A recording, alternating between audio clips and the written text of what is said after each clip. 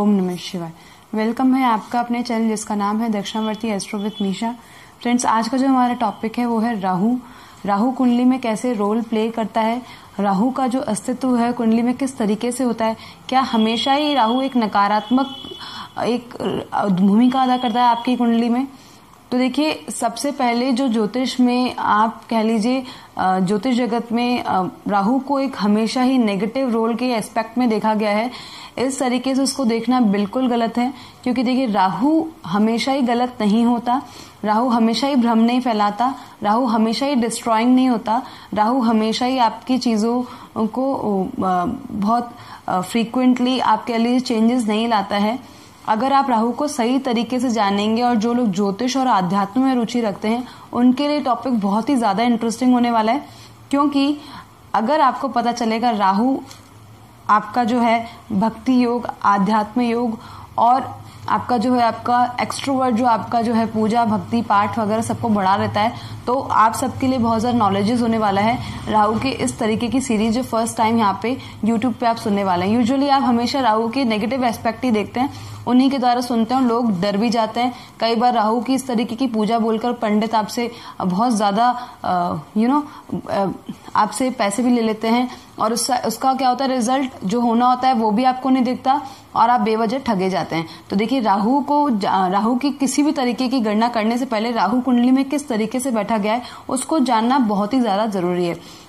Beside this अगर हम बात करें, राहु अगर सच में किसी की कुंडली में नेगेटिव रोल अगर दिखा रहा है तो उसके भी हम उपायों की चर्चा करेंगे, लेकिन वीडियो के अंत में। तो वीडियो के अंत में बने रहिए और आइए मैं आपको बताती हूँ राहु का कैसे हम राहु के द्वारा आध्यात्म योग को कुंडली में देख सकते हैं।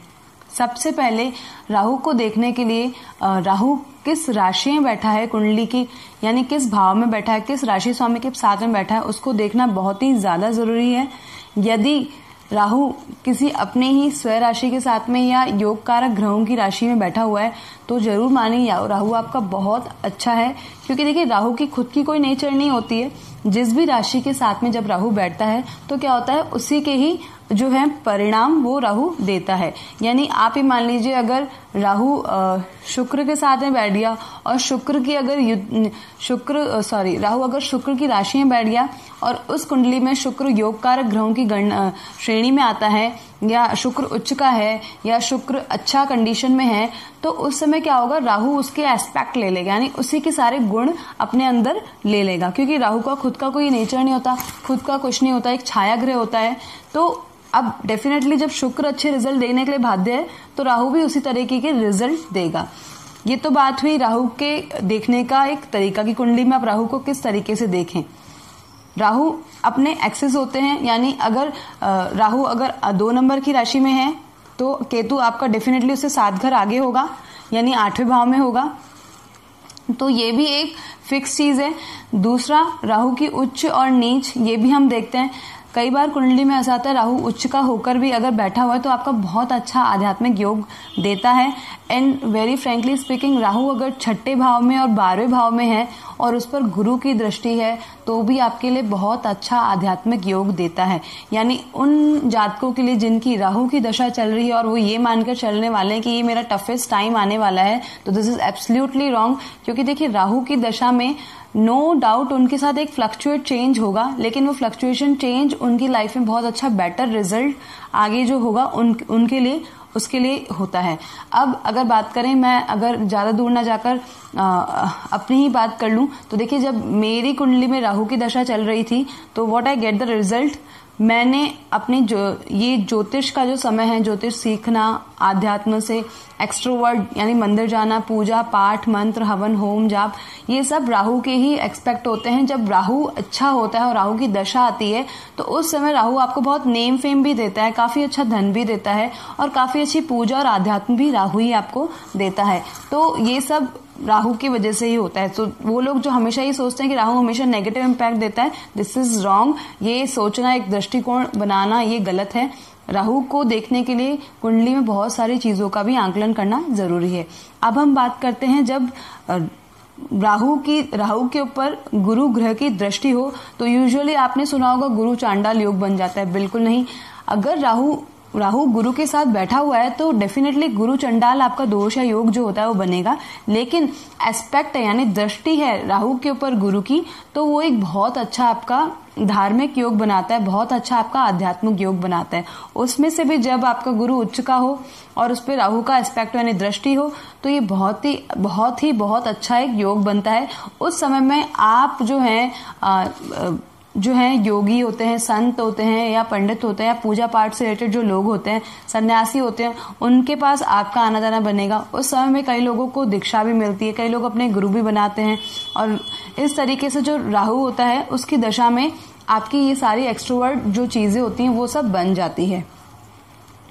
इसी तरीके से देखिए राहु जो है आपका उसी समय में आपको आध्यात्मिक ज्ञान के उस लेवल तक ले जाता है आपको जहां आपने कभी अपने आप को सोचा भी नहीं होगा।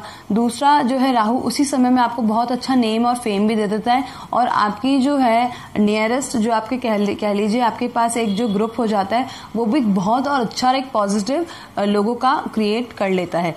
तो हमेशा ये कहना गलत है कि राहु कुंडली में हमेशा नेगेटिव इम्पैक्ट देता है। दिस इज एब्सोल्युटली रॉन्ग, ये बिल्कुल भी सही बात नहीं है। और कई बार जिन लोगों का राहु 12वें भाव में अच्छे योगकारक ग्रहों के साथ में युति बना के बैठा होता है तो उन लोगों को विदेश यात्राओं तक के भी योग मिलते हैं।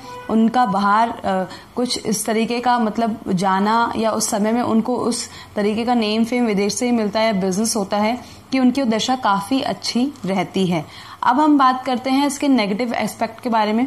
तो देखिए राहु कहीं ना कहीं देखिए है तो आप इसे कह सकते हैं छाया ग्रह है, तो कहीं ना कहीं ये है आपको वो अच्छे टाइम से पीरियड एक ऐसा फ्लक्चुएशन देगा। जैसे अब सपोज कीजिए आप यहाँ वर्क कर रहे हैं, आपकी कोई गवर्नमेंट जॉब है, तो उस समय सडनली आपका ट्रांसफर होगा और आप कहीं और पे शिफ्ट हो जाएंगे, और मे बी आपको कुछ इंक्रीमेंट भी हो सकता है, कुछ और अच्छा भी। तो ये एक छोटा सा फ्लक्चुएशन था फॉर अ चेंज जो राहु ने मेड किया आपके अच्छे चीजों को करने के लिए। तो ये थोड़ा सा आपको डिस्टर्ब कर सकता है कि ऑल ऑफ सडन आपको थोड़े से चेंजेस जो है राहु देता है। अब हम बात करते हैं राहु के उपायों के बारे में। तो देखिए जब भी किसी भी जातक की कुंडली में राहु की दशा आती है, चाहे वो अच्छी है चाहे बुरी है, यूजुअली लोग इसे बुराई मानते हैं, विच इज नॉट राइट। और अगर आपको ऐसा लगता है आपकी कुंडली में राहु अच्छा नहीं है, आपने किसी से सुन लिया है, तो देखिए उस समय में कुछ भी करने की जरूरत नहीं है। आपको सबसे अच्छा है देखिए मंदिर जाना शुरू कर लीजिए। और सबसे अच्छी चीज जो क्या है, आप ऑफन प्लेसेस पे जाइए, यानी अनाथ आश्रम हो गए, वृद्धाश्रम हो गए, ऐसी जगहों पे जाइए जहां आपको जाकर बहुत अच्छा लगेगा। और उससे जो क्या होती है आपकी जो ग्रह दशा होती है वो धीरे धीरे बहुत इजीली आपकी वो जो दशा पीरियड है आपका बहुत अच्छे और सही तरीके से निकल जाता है। जो आपको पेन एक समय में आपको सर्टेनिटी दिखती है वो भी धीरे धीरे कम हो जाती है। दूसरा अगर हम इसका धार्मिक उपाय देखें तो देखिए राहु जो है माता दुर्गा, अगर आपने सप्तशती पढ़ी हो तो माता दुर्गा ने राक्षसों का एक वध करके माता दुर्गा को सिंबलाइज किया जाता है। तो राहु एक तरह का राक्षस है।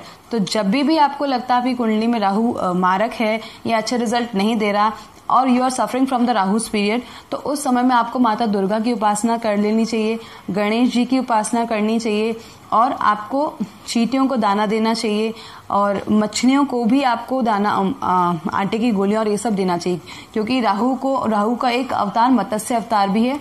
तो उससे भी क्या होता है वो जो आपका टाइम पीरियड है काफी अच्छे तरीके से निकल जाता है। जो आपका जो माइंड लेवल है, आपका जो वो पेन है, वो कहीं ना कहीं आपको उस चीज में रिलीफ करता है। तो this was the all video about राहुस दशा। और राहु हमेशा ही बुरा नहीं होता। तो देखिए इस तरीके से राहु को अज्यूम करने से पहले कुंडली में राहु को हर तरीके से देखना बहुत ही ज्यादा इम्पोर्टेंट होता है। होपफुली आपको ये आज की वीडियो बहुत पसंद आई होगी। तब तक के लिए प्रणाम। ओम नमः शिवाय।